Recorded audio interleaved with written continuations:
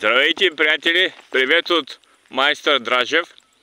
Сега, ако позволите, искам да ви покажа едно място в село Солник, местността Параджика.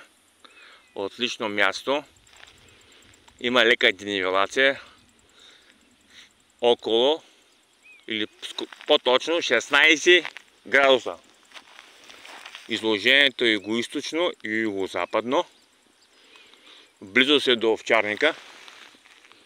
Вижте го овчарника. В това красиво село Солник. Отстои на 47 км югозападно от Варна, а от Бургас е на 63 североизточно през Дюляно обаче.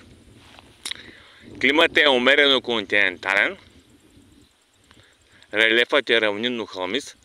Недалеч от това място е горския водопад. Край селото минава малка рекичка. Много живописно място. Вижте го. Ако решите, ще свършите с майстор Дражев. До скоро, приятели!